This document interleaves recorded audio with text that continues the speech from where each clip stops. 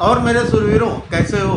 तो आ गया है क्लास 9th और 10th के लिए सीबीएसई एग्ज़ाम का कैरिकुलम कि एग्ज़ाम में क्या क्या आपके आने वाला है। पिछली बार तो बहुत सारी चीज़ें हुई थी, 2 सालों से तो स्कूल खुल ही नहीं रहा था और उसके वजह से बच्चों को काफ़ी आराम भी मिला। काफ़ी सारे बच्चे कमेंट किए, बहुत मज़ा आ गया है ना इस तरह का कैरिकुलम देखकर। हर बार लगता था कि जो पिछले बच्चे होते हैं ना, जिस क्लास में होते हैं, उनको लगता है कि बोर्ड उन्हीं को परेशान कर रहा है। लेकिन एक्चुअलिटी तो यही है कि भैया परेशान सभी होते हैं जो जिस क्लास में वो परेशानी होता है। अब इस बार का हमें देखना है कि इस बार क्या क्या चीज़ें ऐसी हैं जो हमारे सिलेबस में इस बार आएंगी और कौन सी चीज़ें कटी हैं। पिछली बार जो पोर्शन डिलीट हुए थे उनमें से काफ़ी सारी चीज़ें इस बार फिर से ऐड कर दी गई हैं। अब ये देखना है कि क्या क्या चीज़ें ऐड की गई हैं और क्या क्या चीज़ें कट की गई हैं। वैसे डिलीट मान के चलो कि बहुत ही हल्का फुल्का हुआ है, वो हम लोग जो सीबीएसई की जो एकेडमिक साइट है वहाँ से हम लोग उसका ऑफिशियल जो पीडीएफ आया है हम उसके बारे में डिटेल में डिस्कशन करेंगे। तो पूरा वीडियो देखिएगा। ये बेसिकली क्लास शुरुआती तो क्लास 9th और 10th के लिए है कि क्या क्या चीज़ें, मतलब कैसे एग्ज़ाम होंगे, कितने मार्क्स किस चीज़ के लिए मिलेंगे, कैसे कैसे हमको वहाँ से अपने मार्क्स गेन करने हैं, इन सभी चीज़ों के बारे में। लेकिन सिलेबस इसमें हम लोग केवल क्लास 9th के बारे में देखेंगे। क्लास 10th का जो सिलेबस है उनके में क्या क्या आने वाला है वो हम लोग अगली वीडियो में देखेंगे। ठीक है ना, तो वीडियो को पूरी देखिएगा। चलो फिर तब तक इंट्रो देखो और फिर हम आते हैं आपको पीडीएफ के साथ।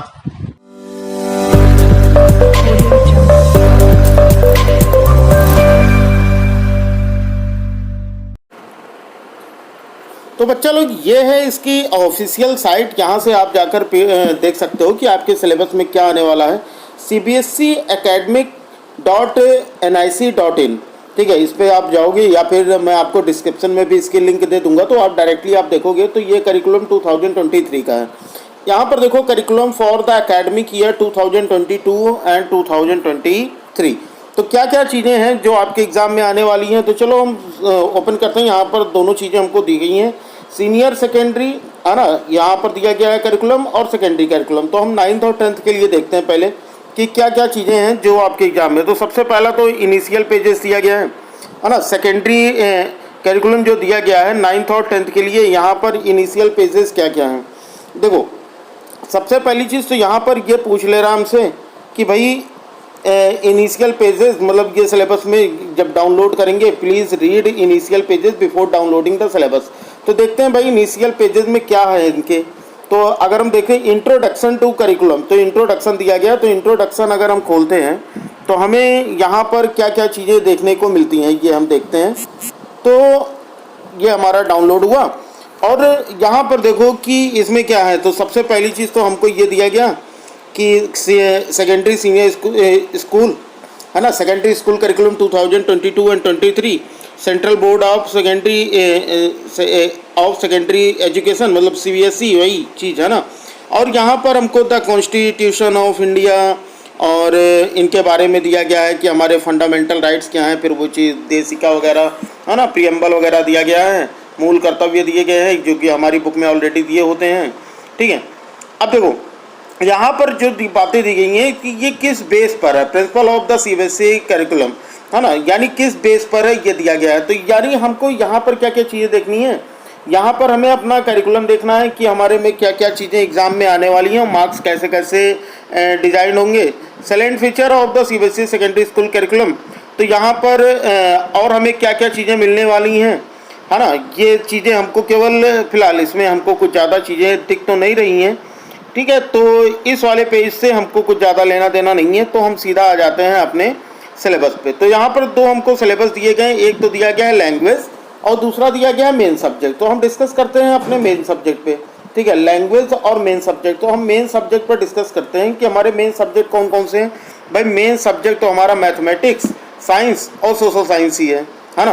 तो हम आ जाते हैं सबसे पहले, जो आपका सबसे टफ टॉपिक लगता है वो है मैथमेटिक्स। तो हम मैथमेटिक्स ओपन करते हैं और मैथमेटिक्स में देखते हैं भाई कि किस तरह से हमारे एग्ज़ाम होंगे, क्या क्या मार्क्स मिलेंगे हमको इसमें और कैसे क्या होगा। देखो, mathematics 9th and 10th, code number 041 and session 2022 and 23। तो हमें दिया गया भाई, इसमें हमको सिलेबस दिया गया है। ठीक है, और हमको यहाँ पर ये देखना है कि हमारे इसमें मार्क्स कैसे डिजाइन किए गए हैं, है ना। अगर देखोगे तो यहाँ पर हमें मार्क्स के बारे में कुछ जानकारी दी गई होगी कि हमारे यहाँ पर मार्क्स कैसे कैसे मिलेंगे। तो the syllabus in the subject of mathematics has undergone changes from time to time to accordances with the growth of the subject and emerging needs of the society. मतलब यहाँ पर कहने का मतलब ये है कि मैथमेटिक्स जो सिलेबस है वो टाइम टू टाइम चेंज होता रहता है। क्यों होता है इसका? ताकि सब्जेक्ट की जो ग्रोथ है ना, या फिर जो हमारी सोसाइटी की जो नीड्स हैं, जिस तरह की ज़रूरत है मैथ्स की, उस तरह के हिसाब से मैथ्स का भी सिलेबस चेंज किया जाता है।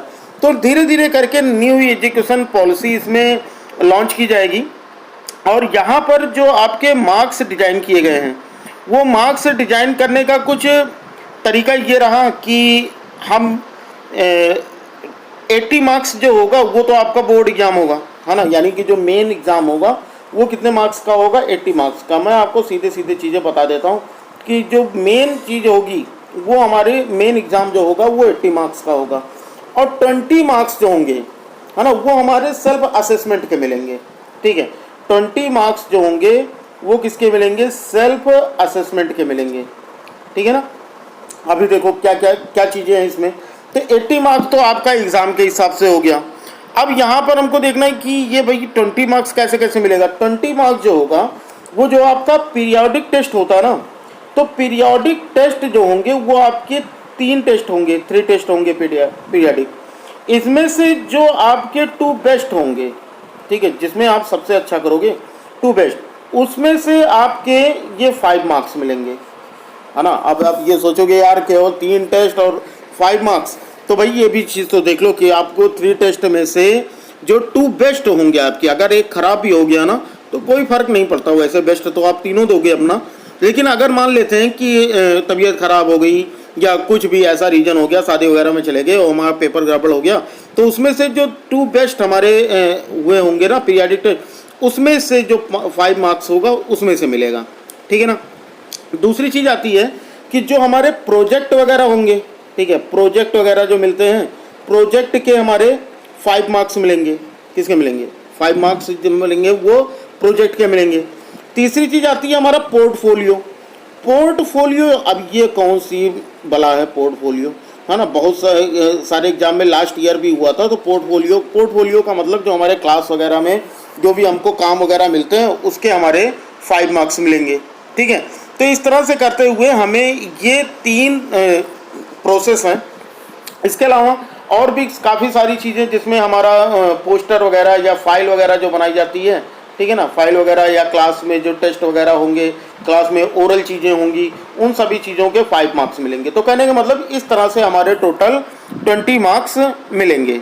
ठीक है, अब यहाँ पर हम आ जाते हैं कि भैया इनका मैथ का स्ट्रक्चर क्या होगा, किस किस टॉपिक से कितने कितने क्वेश्चन आएंगे।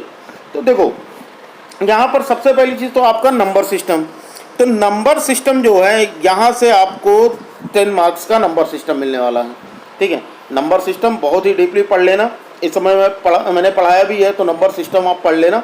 ठीक है, अलजबरा जो होगा वो 20 मार्क्स का, तो इस समय पॉलिनोमियल पढ़ाया जा रहा है तो 20 मार्क्स का अलजबरा होगा, जो कि सबसे ज़्यादा आपका अलजबरा और ज्योमेट्री ही है। ठीक है, कोऑर्डिनेट ज्योमेट्री केवल और केवल 4 नंबर की 4 मार्क्स के कोऑर्डिनेट ज्योमेट्री होगी। ज्योमेट्री जो होगी वो आपकी 27 मार्क्स की होगी। मेंसुरेशन जो होगा वो 13 मार्क्स का होगा और स्टैटिक्स एंड प्रोबेबिलिटी केवल और केवल 6 मार्क्स का। यानी टोटल जो बने हमारे वो कितने बन गए? 80 मार्क्स। टोटल जो हमारा होगा पेपर वो कितने मार्क्स का हो जाएगा? 80 मार्क्स का हो जाएगा। अब देखते हैं भाई कि क्या क्या चीज़ें हैं जो हमारे एग्ज़ाम में आने वाली हैं। ठीक है, तो सबसे पहली चीज़ देख लो ये रियल नंबर्स, है ना। रियल नंबर्स में क्या क्या आएगा? तो जो रियल नंबर्स है हमारा या नंबर सिस्टम, है ना, इनमें क्या क्या आएगा नंबर सिस्टम में? तो सबसे पहली चीज़ तो नंबर सिस्टम में आएगा आपका real numbers. Review of representation of natural numbers, integers and rational numbers on the number line. ये सारी चीज़ें मैंने आपको पढ़ा दी हैं, बिल्कुल भी टेंशन नहीं लेना कि क्या एग्जाम में चेंज हुआ है तो बहुत कुछ चेंज होगा, है ना, कुछ भी नहीं चेंज होगा, बिल्कुल भी टेंशन नहीं लेना। Rational number is as recurring terminating decimal, ठीक है, and operations on real numbers. तो ये चीज़ें आपके आने वाली हैं, ये सारी चीज़ें मैंने आपको पढ़ा दी हैं। अगर नहीं पढ़े हो तो लिंक डिस्क्रिप्शन में मिल जाएगा, जा करके पढ़ लेना उसको। ठीक है, फिर examples of non recurring non terminating decimal, existence of the non rational numbers यानी कि irrational number such as √2 √3 their presentation on the number line, यानी नंबर लाइन पर हमको रेशनल नंबर जो होंगे नॉन रेशनल नंबर √2 √3 √5 √7 ये सारी चीज़ें ना ये हमको नंबर लाइन पर रिप्रेजेंट करनी है, तो ये भी हम लोग पढ़ चुके हैं। Explaining that every real number is represented by a unique point on the number line and conversely, है ना, viz every point on the number line represent a unique real number, ये भी हम लोगों ने पढ़ लिया है। And definition of nth root of the real number, है ना, ये सारी चीज़ें आपने पढ़ ली है, स्कूल में भी पढ़ ली होंगी आपने। और रेशनलाइजेशन विद प्रीसिज मीनिंग, ठीक है, precise meaning of real numbers on the type. अब 1/a under root x and 1/√x plus under root y, ठीक है, and their combinations where x and y are natural numbers and a b are integers. चलो, तो ये सारी चीज़ें अगर आपने नहीं पढ़ी है तो दोबारा से ये सारी चीज़ें रिवाइज करने के लिए आ जाना, संडे हम लोग ये सारी चीज़ें रिवाइज कर लेंगे, ठीक है। फिर आता है recall of laws of exponent and integer powers, rational exponents with positive real basis to be done by a particular cases along linear to arrive at a general laws. चलो ठीक है, इसके हमको एक्सपोनेंट एंड पावर के जो integral powers है ना या जनरल रूल्स जो हैं वो केवल पढ़नी है, ठीक है। उसके बाद अलजबरा में आ जाते हैं भाई, अलजबरा में क्या क्या चीज़ें आने वाली है। तो अलजबरा में सबसे पहली चीज़ तो पॉलिनोमियल्स इस समय हम लोग पढ़ना है ना। हम लोगों ने एक्सरसाइज 2.3 तक हम लोगों ने सॉल्व कर लिया, तो 2.4 की अब बारी है। तो उसके पहले मैं आपको बता देना चाहता हूँ कि क्या क्या चीज़ें आने वाली हैं, ऐसा ना हो कुछ एक्स्ट्रा चीज़ें पढ़ जाएँ। यहाँ पर definition of a polynomial in one variable, definition पढ़ लेना with examples and counter examples, ठीक है। कोफिशिएंट ऑफ अ पॉलिनोमियल बताया है, terms of the polynomial and zero polynomial सारी चीज़ें बताई हैं, डिग्री ऑफ पॉलिनोमियल ये भी हो गया। Constant linear quadratic and cubic polynomial ये और ये भी हमने पढ़ लिया है। और मोनोमियल, बाइनोमियल और ट्राइनोमियल ये भी पढ़ लिया है ना। तो फैक्टर्स एंड क्या क्या पढ़ना है हमें, फैक्टर्स एंड मल्टीपल्स ये भी देख लिया है, तो अभी तो हमको 3.4 पढ़ना बाकी है। Zeros of the polynomial motivate and the state the remainder theorem with examples, remainder theorem भी हमने पढ़ लिया है। Statement and proof of the factor theorem, है ना। और factorization of ax² plus bx plus c where a is not equals to 0, where a, b and c are real numbers, and of cubic polynomials using the factor theorem, ठीक है। तो ये सारी चीज़ें हमको पढ़नी है पॉलिनोमियल में। और क्या हमें पढ़ना है, अलजेब्रिक एक्सप्रेशन वाली जो आइडेंटिटीज़ है उसकी वेरिफिकेशन वगैरह, है ना। और उसमें भी देखो 3 तरह की चीज़ें दी गई हैं। एक तो square x plus Y plus Z का होल स्क्वायर दिया गया है, x प्लस वाई का whole cube, x minus Y का whole cube, X cube plus Y cube, X cube minus Y cube, और X cube plus Y cube plus Z cube minus 3xyz, है ना। ये हमको 3 चीज़ों के हमें क्या पढ़ने हैं, इनका यूज़ और इनके पॉलिनोमियल के फैक्टराइजेशन हमको पढ़ने हैं, ठीक है। तो इतनी सारी चीज़ें बहुत ही ईजी सा है, तो बिल्कुल भी टेंशन नहीं लेना। अगला देखो दूसरा जो सेक्शन आता है वो हम आता है लीनियर इक्वेशन। तो लीनियर इक्वेशन इन 2 वेरिएबल, क्या क्या चीज़ें हमें देखनी भैया लीनियर इक्वेशन इन 2 वेरिएबल में। तो यहाँ पर हमारा recall of linear equation in 1 variable, है ना। तो पहले तो हमको समझ लेना है कि ये होता क्या है।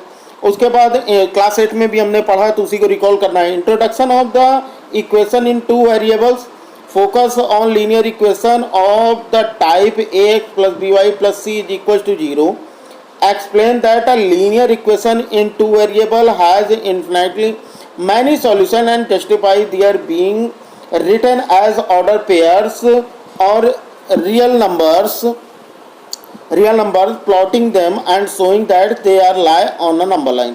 चलो, तो ये चीज़ें हमें नंबर लाइन मतलब ग्राफ पेपर में हमको लीनियर इक्वेशन ये सॉल्व करना है, ग्राफ पेपर पे ये हमें दिखा देना है। और उसके बाद जो 3rd यूनिट है वो हमारा कोऑर्डिनेट ज्योमेट्री। तो कोऑर्डिनेट ज्योमेट्री में क्या क्या चीज़ें आने वाली हैं, कोऑर्डिनेट ज्योमेट्री में 10 कार्टेशियन प्लेन आएगा और कोऑर्डिनेट ऑफ अ पॉइंट आएगा, names and term associated with the coordinate plane और नोटेशंस, ये चीज़ें आएंगी, ठीक है। उसके बाद हमें क्या मिलेगा, यूनिट 4 में हमें क्या क्या मिलेगा, यूनिट 4 में ज्योमेट्री आएगी, इसमें इंट्रोडक्शन ऑफ यूक्लिड ज्योमेट्री के बारे में पढ़ना है। तो ये आप देख रहे हैं क्या क्या चीज़ें हमें पढ़नी है, इसकी हिस्ट्री पढ़नी है, मतलब इसका जो बेसिक कॉन्सेप्ट है, जो इंट्रोडक्शन है वो पूरा का पढ़ना है, geometry in India and Euclid geometry, ठीक है। Euclid method of formalisation observe phenomenon into rigorous mathematics with the definition and common obvious क्या है, obvious notation, axiom, postulates and theorems, ये सारी चीज़ें हमको थ्योरम वगैरह पढ़नी है इसकी, जो हम लोग हर साल पढ़ते हैं। फिर the 5 postulate of Euclid, Euclid के 5 पोस्टुलेट, जो पिछली बार ये कट गया था लेकिन इस बार ये पूरा आने वाला है, ठीक है। Showing the relationship between axiom and theorem, अब एक्सियम और थ्योरम के बीच में रिलेशन क्या होता है उसके एग्जाम्पल्स हमें देखने हैं, जैसे कि हमें दिया गया है गिवन 2 डिस्टिंक्ट पॉइंट, और एक्सियम है कि there exist one and only one line through them, यानी यह कह रहा है कि अगर 2 पॉइंट हो, ठीक है, there exist one and only one line, यानी इनसे केवल एक ही लाइन गुजर सकती है, तो हमारा एक्सियम हो गया। और थ्योरम 2 हमें प्रूव करना है 2 distinct line can not have more than 1 point in common. देखो ये दोनों चीज़ें सेम ही हैं, है ना, तो एक्सियम है उसके बाद थ्योरम है। एक्सियम जो होता है वो हमें बताया जाता है, थ्योरम जो होता है वो हम प्रूफ करते हैं, ठीक है। तो ये सारी चीज़ें हमें देखनी है, जो कि लास्ट ईयर कट गया था, है ना, लास्ट ईयर डिलीट हुआ था, लेकिन इस बार ये डिलीट नहीं हुआ, तो इस बार ये भी आने वाला है। फिर आ जाते हैं लाइन एंड एंगल्स पर। तो लाइन एंड एंगल्स क्या क्या चीज़ें आएंगी, लाइन एंड एंगल्स में motivate, if a ray stands on a line then the sum of the 2 adjacent angles so formed is 180 and the converse, ठीक है। तो लाइन एंड एंगल्स में हमें क्या करना है कि 2 एडजेसेंट एंगल का सम जो होता है वो 180 डिग्री होता है ना, और उनका कन्वर्स भी बताना है, ठीक है। ये समझ में आ गई ना बात। तो ये चीज़ हमें देखना है कि अगर किसी रे पर कोई लाइन ऐसे खींची हो तो इनका सम क्या होता है, इनका सम 180 होता है, या फिर अगर किसी लाइन के 2 एंगल का सम 180 हो तो वो क्या होता है, वो एक रे होता है, ये हमें बताना है, ठीक है, एक लाइन होता है। Prove if 2 lines intersect vertically opposite angle are equal, ये हमें प्रूव करना है। उसके बाद motivate line which are parallel to a given line are parallel, ठीक है। अगर ये दिया गया है कि line which are parallel to a given line are parallel, मतलब एक लाइन दूसरे के पैरेलल है, उसी के पैरेलल एक और लाइन खींच दो तो ये लाइन और ये लाइन भी पैरेलल हो जाएगी, ये हमें बताना है। तो ये सारी चीज़ें हम लोगों ने लास्ट ईयर भी पढ़ रखी थी और इस बार भी पढ़ना है। फिर अगली चीज़ आ जाती है ट्राइंगल। ट्राइंगल में देखो क्या क्या आएगा, तो ट्राइंगल में क्या क्या आएगा, motivate 2 triangles are congruent if any 2 sides and the included angles of one triangle is equal to any 2 sides and the included angles of the other triangles, यानी SAS कॉन्ग्रुएंसी पढ़नी है। और क्या पढ़ना है, हमें प्रूव करना है ASA कॉन्ग्रुएंसी। तो 2 कॉन्ग्रुएंसी है, SAS साइड एंगल साइड और एंगल साइड एंगल के 2 कॉन्ग्रुएंसी हमको यहाँ पर पढ़नी है। तीसरी हमें साइड कॉन्ग्रुएंसी के बारे में पढ़ना है, उस पर क्वेश्चन सॉल्व करना है, मोटिवेट है ना। उसके बाद हमें क्या देखना है, RHS, है ना, मतलब क्या होता है, right angle hypotenuse and side, ये हमको ये देखना है। और उसके बाद the angle opposite to equal side of a triangle are equal, ठीक है। तो ये हमें प्रूफ करना है कि angle opposite to equal side of a triangle are equal, मतलब अपोजिट साइड के सामने के एंगल इक्वल होते हैं या इक्वल एंगल के सामने के साइड भी इक्वल होते हैं। ये दोनों चीज़ें हमें यहाँ पर प्रूव करनी है, ठीक है। फिर क्वाड्रिलेटरल में आ जाते हैं भाई कि क्वाड्रिलेटरल में क्या क्या आएगा हमारा। तो क्वाड्रिलेटरल में क्या क्या चीज़ें हैं, prove the diagonal divide a parallelogram into 2 congruent triangles. फिर दिया गया है in a parallelogram opposite side are equal and conversely, in a parallelogram opposite angle are equal and conversely. A quadrilateral in a parallelogram if a pair of its opposite sides is parallel and equal. In a parallelogram the diagonal bisect each other and conversely. And in a triangle the line segment joining the midpoint of any 2 sides is parallel to the 3rd side and in half of it and motivate it converse। मतलब सारी चीज़ें हमें quadrilateral में हमको सब कुछ पढ़ना है। क्वाड्रिलेटरल में हमारा कोई भी चीज़ डिलीट नहीं हुआ है। सर्कल में हमें क्या देखना भाई, तो सर्कल में अगर देखोगे तो सर्कल में क्या क्या चीज़ें देखनी है। सर्कल में equal chord of a circle subtend equal angle at the centre and motivate it converse, ये आएगा। और उसके बाद perpendicular from the centre of a circle to a chord bisect the chord and conversely the line drawn through the center of a circle to bisect a chord is perpendicular to the chord। चलो भाई ये भी आएगा। फिर motivate है कि equal chord of a circle of or of congruent circle are equidistant from the center। ठीक है, इनके chord जो होते हैं वो क्या होता है, सेंटर से इक्विडिस्टेंट होते हैं। ये हमें मोटिवेट करना है। ठीक है, मतलब इस पर हमको प्रूव भी करना है और इस पर क्वेश्चंस भी आएंगे। ठीक है, प्रूव है कि the angle subtend by an arc the centre is double the angle subtended by its any point on the remaining part of the circle. उसके बाद फिफ्थ आया कि angle in the same segment of a circle are equal. और six है if a line segment joining two point subtend equal angle at two other point lying on the same side of the line containing the segment the 4 point on the point lie on a circle। और उसके बाद last में हमें क्या देखना, motivate क्या है कि the sum of either of the pair of opposite angle of cyclic quadrilateral is 180 and its convert. मतलब साइक्लिक क्वाड्रिलेटरल मतलब इसमें भी कोई चीज़ कटी हुई नहीं है, सारी चीज़ें आने वाली हैं। मेंसुरेशन भाई बहुत ही ईजी सा चैप्टर है, इसमें तो कुछ भी आ जाए सब सही है। एरिया पढ़ना है, किसका एरिया पढ़ना है, area of triangle using Heron formula without proof. मतलब हमें प्रूफ नहीं पढ़ना है, हीरोन फार्मूला पे हमें सीधा सीधा क्या है, एरिया ऑफ ट्राइंगल निकालना है। ठीक है, ये चीज़ जी है, तो हमें यहाँ पर हीरोन फार्मूला का प्रूफ नहीं देखना है, केवल और केवल फार्मूला हमको पता हो जाएगा। फार्मूला क्या हो जाएगा, ये फार्मूला होता है ना अंडर रूट एस फिर S minus A S minus B into S minus C. ये फार्मूला आपने पढ़ा ना, एस माइनस सी। अगर नहीं पढ़े हो तो आगे पढ़ लेंगे, बस इस फार्मूले पे हमको सीधा सीधा क्वेश्चन रखना है, वो हम लोग आगे डिस्कस कर लेंगे कि कैसे हमको पढ़ना है। फिर सरफेस एरिया एंड वॉल्यूम में क्या क्या चीज़ आने वाली है। यहाँ पर surface area and volume of spheres है ना, एंड राइट सर्कुलर कोन्स। देखो दो चीज़ें दी गई हैं, एक तो स्फीयर दिया गया है ना, हेमी स्फीयर दिया गया है, और क्या दिया गया है, राइट सर्कुलर कोन्स। ये तीन चीज़ें हमें पढ़नी है। क्या क्या, तो क्या सिलेंडर वगैरह गायब हो गए है ना, तो स्फीयर हेमीस्फीयर और सर्कुलर कोन्स, तो ये तीन चीज़ों के बारे में हमें पढ़ना है। ठीक है, उसके बाद आ जाते हैं 6 पे, तो स्टैटिक एंड प्रोबेबिलिटी। देखो तो यहाँ पर क्या क्या चीज़ें दी गई भैया, स्टैटिक्स में क्या क्या है, बार ग्राफ, फिर हिस्टोग्राम्स, फिर with varying base length and frequency polygons. ठीक है, तो हमें बार ग्राफ, हिस्टोग्राम और फ्रीक्वेंसी पॉलीगॉन, इन सभी चीज़ों के बारे में पढ़ना है।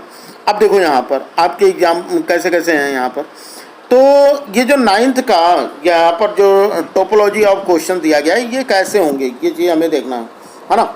यहाँ पर हमारे 3 आवर का पेपर होगा, 3 घंटे का।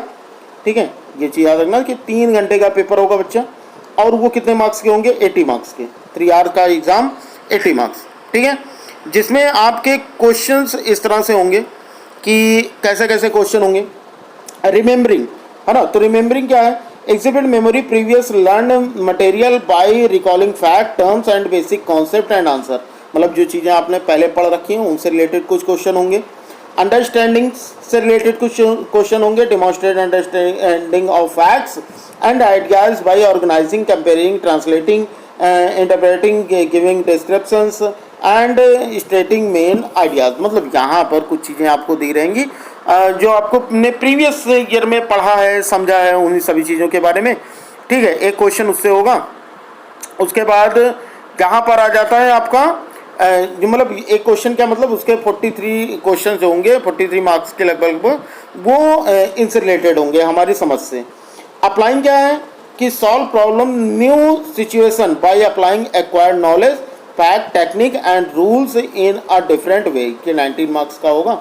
ठीक है, जो आपके कुछ फिगर वगैरह दे दिए जाएंगे या कुछ सम प्रॉब्लम आपको दी जाएगी, वो आप खुद से समझकर करोगे।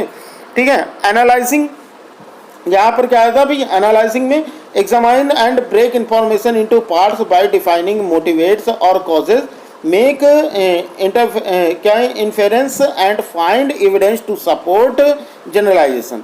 ठीक है, तो यहाँ पर भी क्वेश्चन आपको, जो भी क्वेश्चन आपको मिलेंगे वो आपकी समझ के हिसाब से करने होंगे, क्योंकि धीरे धीरे न्यू एजुकेशन पॉलिसी अप्लाई हो रही है, तो वो धीरे धीरे करके अप्लाई, एक साथ नहीं अप्लाई कर दिया जाएगा ना, वो धीरे धीरे चीज़ें वो चेंज की जा रही हैं। तो जरूरी नहीं कि अब आपके लिए केवल आपकी बुक ही सफिशिएंट नहीं होगी, आपको चीज़ों को समझना पड़ेगा, है ना। कुछ एक्स्ट्रा क्वेश्चंस करने पड़ेंगे आपको, 9th और 10th दोनों के लिए ये बात है। है ना। अगर आप 9th में हो तो ठीक है, क्योंकि मैं तो अभी 9th का ही बता रहा हूँ। लेकिन 10th वालों के लिए भी बिल्कुल यही सेम चीज़ है कि 10th वालों के लिए भी कि वो अलग से कुछ चीज़ें लगाते रहें, है ना। Evaluating present and the defend options by making judgements about information, validity of ideas and equality of work based on set of criteria. And अगला जो है वो क्रिएटिंग है, compile information together in different way by combining elements in a new pattern और proposing alternative solutions. ठीक है, यहाँ पर आपको ये देखना है टोटल, मतलब देखो ये 18 मार्क्स के ये होंगे। तो कहने का मतलब ये है कि पेपर जो होंगे जनरल से बहुत सारे क्वेश्चन तो आपकी बुक से होंगे, लेकिन बहुत सारे क्वेश्चन ऐसे होंगे जो कि आपको प्रॉब्लम्स दिए जाएंगे बनाकर, और आपको पूरा स्टेटमेंट पढ़कर उसको समझकर उसका आंसर देना होगा। ठीक है ना। तो इस तरह से आपका 80 मार्क्स का ये पूरा पेपर डिवाइड होगा। इंटरनल असेसमेंट में देखो, इंटरनल असेसमेंट में सबसे पहला तो 5 ये होगा ना, पेन पेपर टेस्ट जो होगा 5 + 5 का, ये हमारे 10 मार्क्स हो गए। ठीक है, पोर्टफोलियो हो गया 5 मार्क्स का, और जो लैब प्रैक्टिकल वगैरह होंगे ये होंगे हमारे 5 मार्क्स के। तो 20 मार्क्स तो हमारे ये हो गए, है ना। पेन पेपर टेस्ट मैंने आपको ये बताया ना कि पेन पेपर टेस्ट में से यहाँ पर आपके 3 टेस्ट होंगे। ठीक है ना, जो पीरियोडिक टेस्ट होते हैं वो 3 पीरियोडिक टेस्ट होंगे, उसमें से जो 2 बेस्ट होंगे उससे आपके 10 मार्क्स मिलेंगे। ठीक है, पोर्टफोलियो वगैरह जो आपको फाइल वगैरह बनाने को दी जाएगी, चार्ट वगैरह आप बनाओगे, या फिर आप अपने एग्ज़ाम के लिए जो मतलब क्लास में जो वाइवा वगैरह होता है उससे जो मार्क्स होंगे उसके 5 मार्क्स मिलेंगे, और जो प्रैक्टिकल वगैरह आप करोगे उससे आपके 5 मार्क्स मिलेंगे। ठीक है, तो ये हमारे 20 मार्क्स ये हो गए। तो ये तो भाई आपके स्कूल पर डिपेंड है, अपने टीचर से कितना अच्छा व्यवहार बनाकर रहते हो। तो ये हमारे हो गया। अब आगे तो क्लास 10th का दिया है, तो क्लास 10th का हम लोग अगली क्लास में देख लेंगे, नहीं तो बहुत भी बड़ी हो जाएगी, और जिन क्लास के लिए हम बस उन्हीं के बारे में देखते हैं। ठीक है, तो अगली क्लास हम जो देखेंगे, अगली वीडियो में हम लोग साइंस के बारे में देखेंगे। तो अगर आपको सारी चीज़ें समझ में आ गई होंगी, वीडियो अच्छी लगी होगी बच्चा, तो वीडियो को लाइक कर देना, अपने फ्रेंड में शेयर कर देना। हम लोग क्लास 9th की तैयारी कर रहे हैं बहुत ही बढ़िया से, तो चैनल को सब्सक्राइब कर बेल आइकन को प्रेस कर लेना। जितनी भी इन्फॉर्मेशन आती रहेगी वो मैं आपको सारी बताता रहूँगा। ठीक है ना। तो चलो फिर सारी चीज़ें आपने कर ली, तो मिलते हैं फिर अगली क्लास में। तब तक लिए जय हिंद, वंदे मातरम। कि लहरों से डरकर नौका पार नहीं होती, कोशिश करने वालों की कभी हार नहीं होती।